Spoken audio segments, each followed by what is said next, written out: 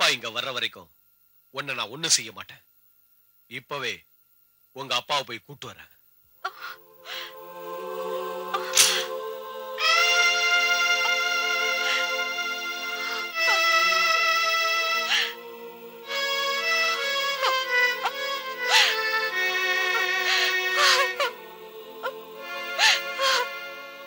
அர்ச்சனாவை அவன் இங்கதான் எங்கேயோ ஒளிச்சு வச்சிருக்கான். அப்பாவை ராத்திரி 10 மணிக்கு தனியா சிவன் கோயில் பக்கத்துல வர சொல்லியிருக்கான்.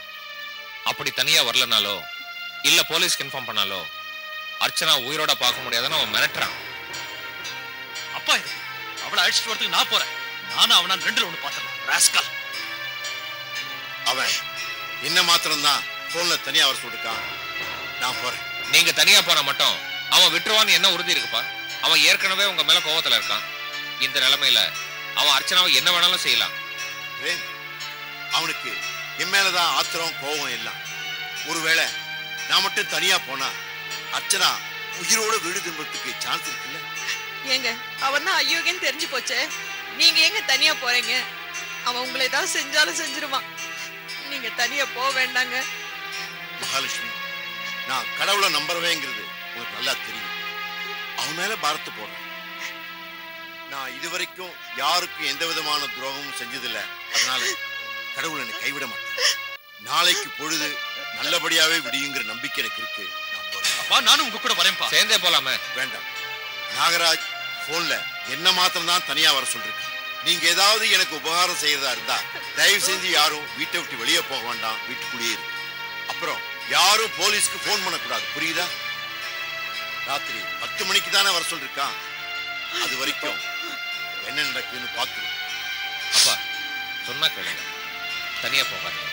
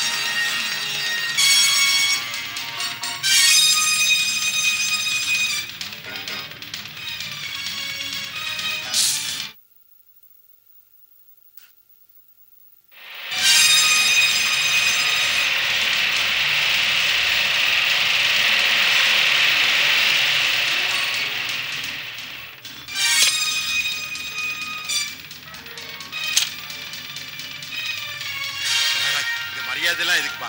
என் மகன் அர்ச்சனா எங்க இருக்கா, எப்படி இருக்கா? சார், என்னைக்கு இருந்தாலும் நான் உங்க ஸ்டூடெண்ட் தானே, மரியாதை கொடுப்பீங்க சார். நாம இப்போ அங்கதான் போறோம். சரி, உங்க டாக்டர் இருக்க இடத்துக்கு. உங்க டாக்டர் இப்போ உங்களை எதிர்பார்த்து காத்துக்கிட்டு இருக்காங்க. போலாம். மத்ததெல்லாம் நாம அங்க போய் பேசலாம். போலாம் வாங்க போலாம். சீக்கிரம்.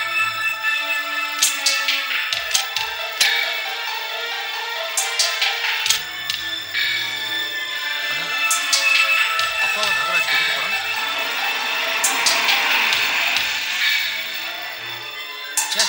இந்த நேரம் பார்த்து நம்ம கிட்ட ஒரு வண்டி கூட இல்லையே. ஏதாவது ஒரு ஆட்டோ வருதான் பாரு.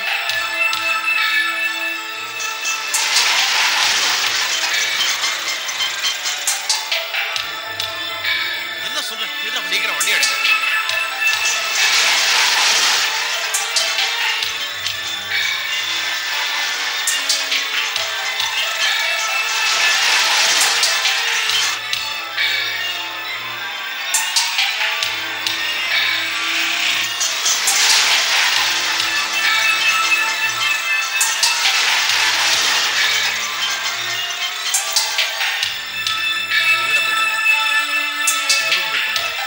இந்த பக்கம்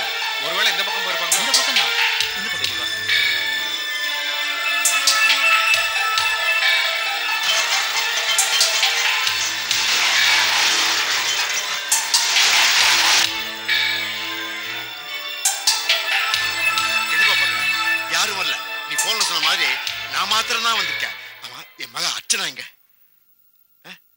ஏன் டென்ஷன் ஆவறீங்க? வாங்க போலாம். வா வா போலாம். ஆமா, தாத்தா அர்ச்சனா கலை எங்க? யாராவது தூக்கிட்டு போயிட்டாங்களா?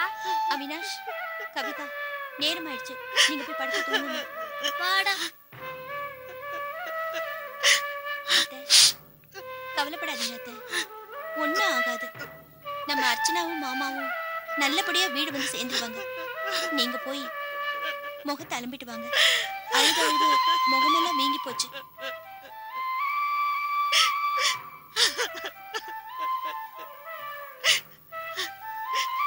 என்னாச்சு சௌந்தர்யா? என்னாச்சு உங்க ரெண்டு பேருக்கும்? ஏன் அத்தை அழறாங்க? வாங்க தம்பி, உட்காருங்க.